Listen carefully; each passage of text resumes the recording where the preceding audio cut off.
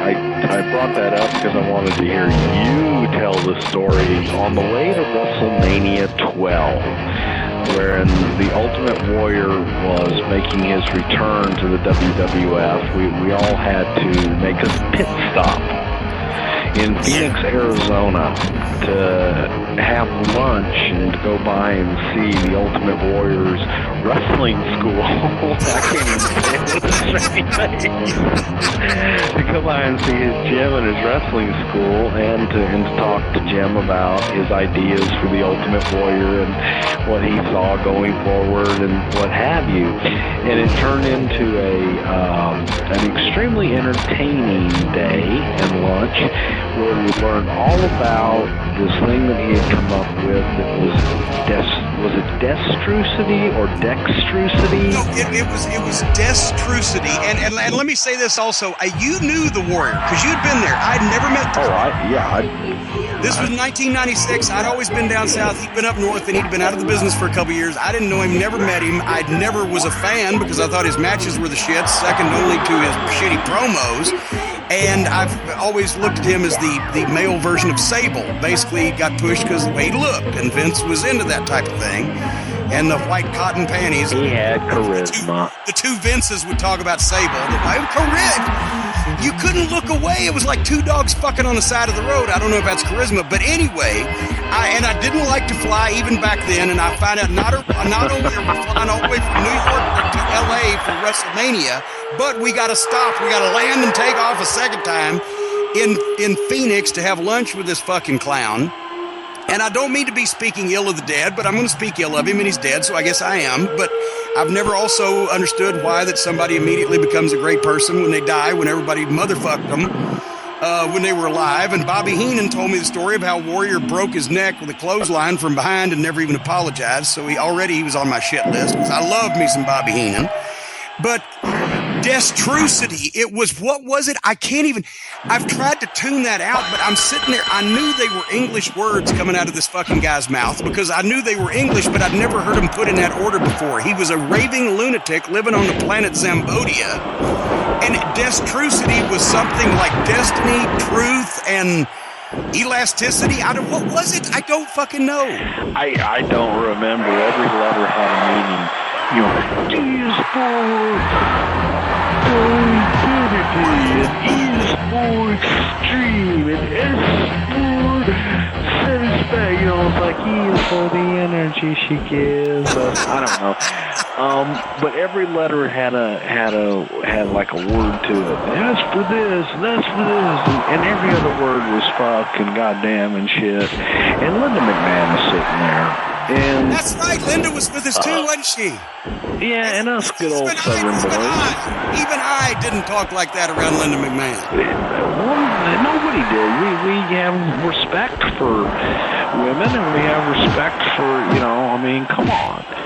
And it was an uncomfortable, strange day, but for me, the funniest part of all was when we leave, and pretty much everybody was just dying to get the Jim Cornette perspective on, well, Jimmy, what do you think? And I was like, what the fuck? What the fuck is this guy fucking raving about? What the fuck? You all had... It's destrucity, pal. You all had some primer, some warm-up to this. The only time that I had ever actually seen the Ultimate Warrior in person, and I'll tell you this, now that I think about it, I'd seen him one other time in person, was 1985, Christmas time. I came home from... we were in Charlotte at that point, just had started working for Crockett, and I came home to Louisville, and I went down to the matches on Tuesday night to say hello to Christine Jarrett and some of the boys. And the third match on the card was going to come up. And all of a sudden, I noticed the entire locker room on both sides emptied, and the heels went out to the end of the bleachers that were blocked off in the very far end of the building on one side, and the baby faces went out the other side. I thought, my God, what is this going to be? A hell of a match. And it was Jerry Lawler and Bill Dundee against these two guys called the Blade Runners. Rather, it was Rock and Sting at that point, but it was Warrior and Sting.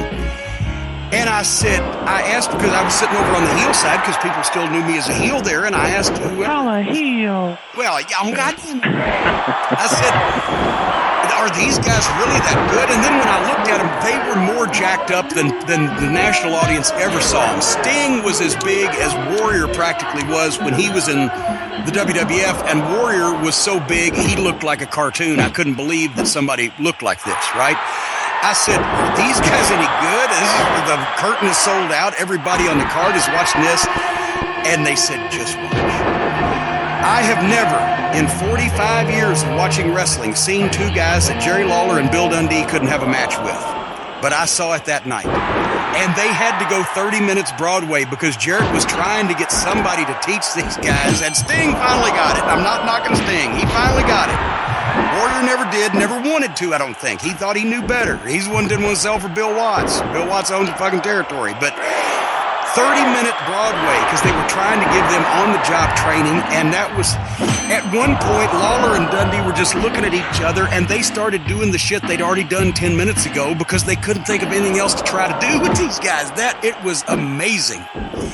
And then to flash forward 11 years to 1996, and Vince McMahon makes me go sit across from this right-wing crackpot, anti-gay, of fucking the epitome of everything that I hated about WWF wrestling in the 80s, and I've got to listen to him talk about fucking destrucity. And then it was 6 weeks later that Warrior got mad because of his logo being put on the booth at the trade show and wanted Vince to buy 3 million of his comic books at $1 a piece to make it even. And Vince said, "How about just fucking go home?" And that was God. But at least the one good thing. And then I had to get out of dance to the dance and go to California. But the one good thing was about the Warrior coming back is at least he flattened the son-in-law in 1 minute before he was the son-in-law, before he left. But my God, how did y'all fucking deal with that guy on a regular basis back in the 80s? Was there a point where things changed? I mean, obviously, in '89, he was getting that huge push for he was the Intercontinental Champion, building up to the match with Hogan. Did anything change after he got the title? In what way? Was he one guy on the way up, and then did he become a different guy? Did he get more craze? Did he get more into his destrucity and his mythos after he became champion? In other words, the destrucity was something new. Did he lull you into a false sense of security by being a person who did what he was told and wasn't a pain in the ass and suddenly got pushed into a main event position and was a royal pain in the ass? Right. No, not really. But I will. No. I'll say this: he was a different person to Vince than he was to everybody else. Okay, one of those. He was all roses and sunshine to Vince and just rotten everybody else. So that was probably, Vince only saw what he saw.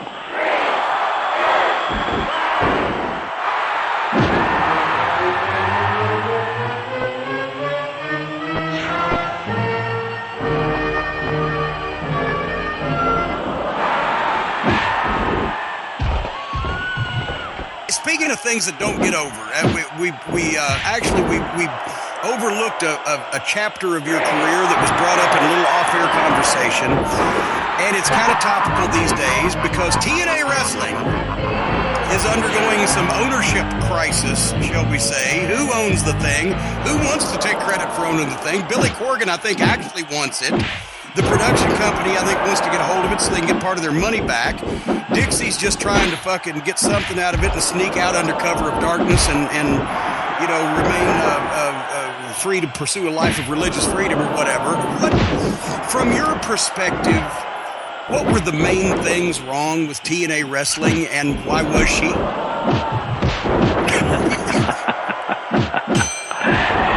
I like Dixie. I thought Dixie was a very sweet lady. I think she is a very sweet lady. The main, it becomes, it's really simple. It was owned by a company that didn't care about it, that had no passion, had no interest for it, and it was owned by a company that built power plants for a living. And kind of wanted to have a vanity project or a toy to play with. And that's not, I don't think that's a reason to have any business. I believe that the folks in Dallas didn't care, didn't want it, and just thought that, well, it should make money, make me some money, and move on. It was tough. It was tough because the folks that were making a lot of the business monetary decisions were completely detached, and their decision-making process was based on, I'll never forget someone in Dallas telling me one time that what a wrestler was. It's like, hey, if I'm building a power plant and I need a plumber, and I contract a plumber to do a job, and he can't do it, well, there's 100 other plumbers that can do it. In describing talent, I'm looking at him going, we're not hiring plumbers. We're hiring talent. And the talent has to fit a specific purpose, and they have to, first of all, have talent. And that's subjective. They're not plumbers. There's not 100 of them lined up. They can just replace one with another. There's not 100 different ways to plug that toilet in so it doesn't overflow either. It's, ding, ding, ding. And that was a fundamental, I think, issue with TNA, and that they went at it as if it were a power plant. And the rest of the folks looked at it like it was an old-time... It's funny. Some of them look at it like it was an old-time wrestling promotion. Some of them look like we're a television production company. Some of them looked at it like we're a amusement park attraction. Everybody had a different viewpoint, and I can go back and I still have it. The very first meeting that I ever had up there with those folks, and the first line was, "What business are you in? Are you in the promotion business? Are we in the television business? Are we in the live event business? Are we in the merchant? What business do you want to be in? Let's pick one. Just explain to me your business." And never, and I would go back to that, and it's funny because I carried you remember how I always had my legal pads? I'd always carry pads. Oh, yes. I had this, and I would always circle it, and just when I would get frustrated, I would go back to that page, just sit there and circle. What business are we in? And that's just a major thing. I don't know that anybody ever defined what the hell business we're in. It was like, oh my God, we're going to sell guitars today. And there was a point. I was there from 2006 till 2009. And that's your fault. Once again, I never learned. Actually, I tried to quit 3 months ago. Been there, done that. When they hired Shitstain back, I gave my notice. We've told that story. Jeff wouldn't take it, and Dutch talked me out of it, and blah, blah, blah, and we coexisted. It was a 3-year rib to get me to finally shake hands with the asshole, and then they canned me because he cut my nuts off from behind after he already cut their nuts off. It's a different story for another time. But anyway, from 2006 to 2009, they got on Spike. Then they got 2 hours.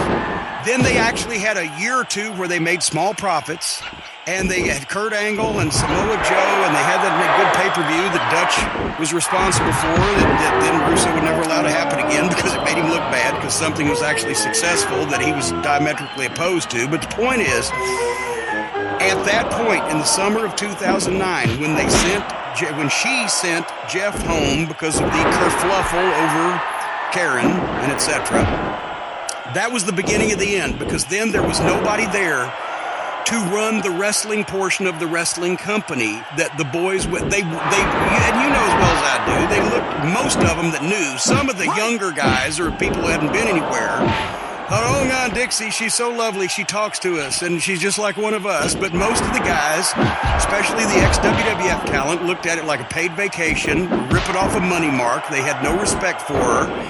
And there was nobody there to keep the boys in line. Then she gets sold the bill of goods with Hogan and Bischoff, and they start spending money like, drunken sailors for all the washed up talent that they brought in on the principle that they'd get the young guys over. And of course, they were so smart, they were doing jobs without getting anybody over except themselves. And it went downhill from there. 2009 was the peak when they lost Jeff, they lost the heart and the spark, and they were never able to get it back because she kept making decision after decision that led them down the rocky road to ruin. And now that's where they find themselves in today, where it's pretty much too late. Can anything be done at this point with the company in that state, in your opinion? And I don't want to see wrestlers out of work. I'd love to see Dixie at a fucking soup line.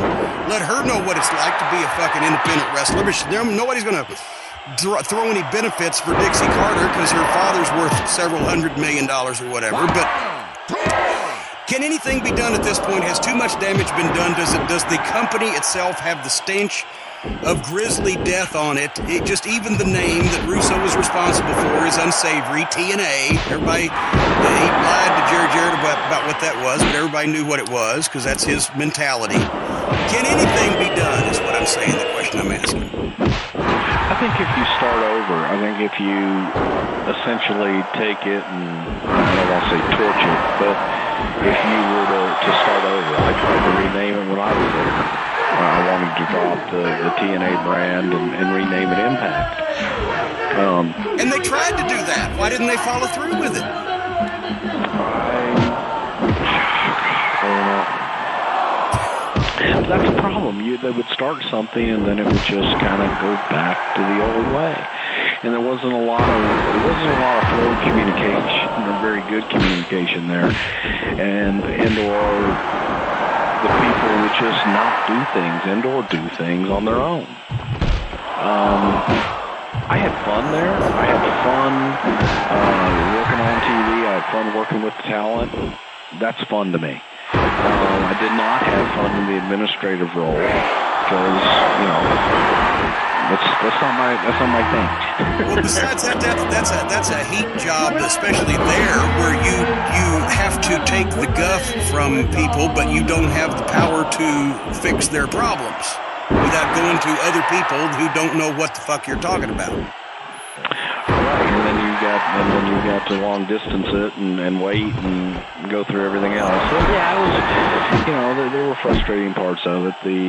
The fun part of it was the young talent and the talent for the most part. It was a much more laid back atmosphere. After coming from New York, going down there, I was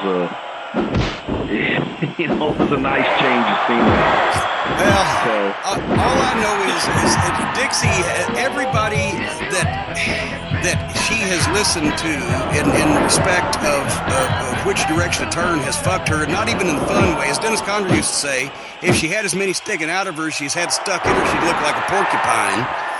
And that's why, stupid people shouldn't breed, and money marks shouldn't get in the wrestling business because they will drain your blood every time. And that's exactly what she's went through.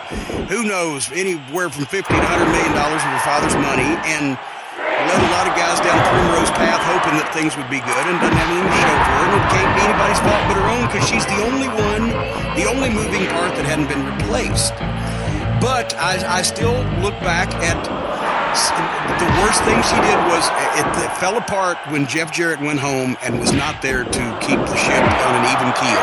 And being a third-generation guy and not only an in-ring wrestler, but having been a promoter, and his family had been in the business since the 40s, he was the guy that was when I was there, he was the guy everybody went to talk to, and she was the one everybody said a nice, pleasant hello to and didn't bother getting a deep conversation with, unless it was Nash pouring the wine at the DoubleTree in the bar, siding up to her so that he could continue getting paid to do absolutely nothing. But I digress.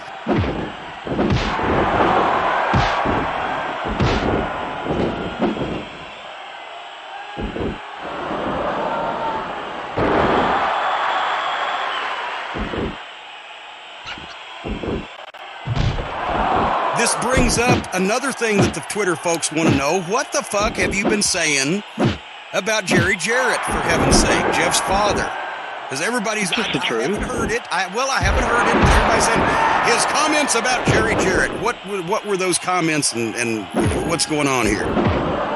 Oh, well, quite simply, the question was asked as to who was to succeed Vince if Vince were convicted and found guilty in the steroid trial, and that Jerry Jarrett was the heir apparent that Jerry Jarrett had been brought in to run the company, and that was completely untrue.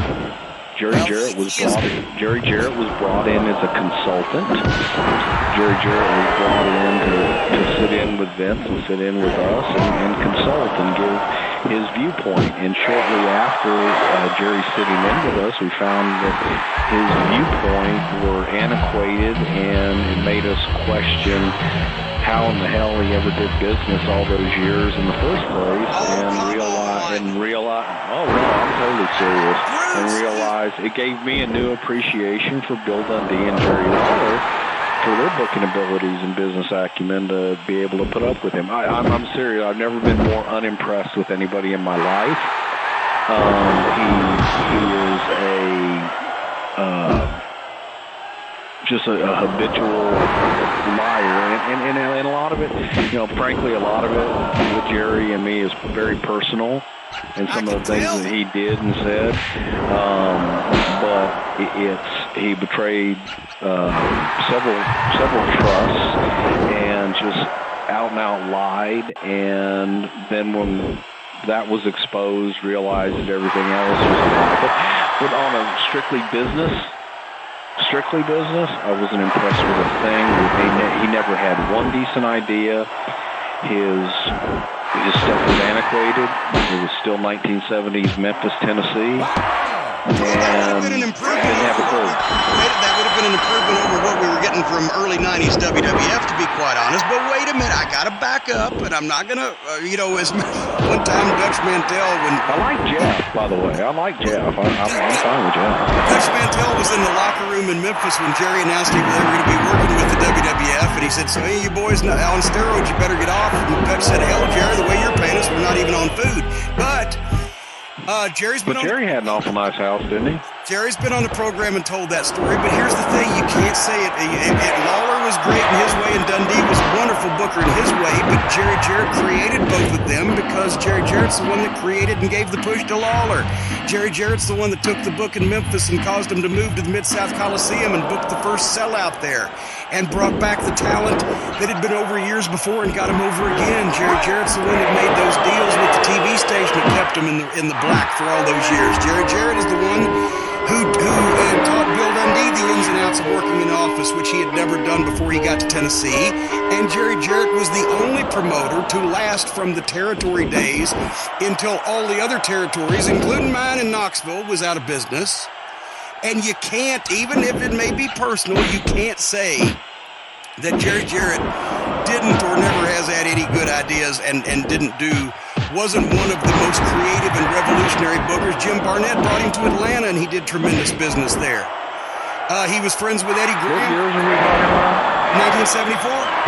Okay, so 1974, Jerry Jarrett might have had an idea, but I'm not impressed with him. And he was friends with Eddie Graham to the point where Eddie Graham took his side against Nick Goulas, even though Nick was an NWA member. And when Jarrett split off and went on his own, you can't not recognize the fact that and I will say this, I did this research for my book, Tuesday Night at the Gardens, available at jimcornette.com. See, I can do those plugs too.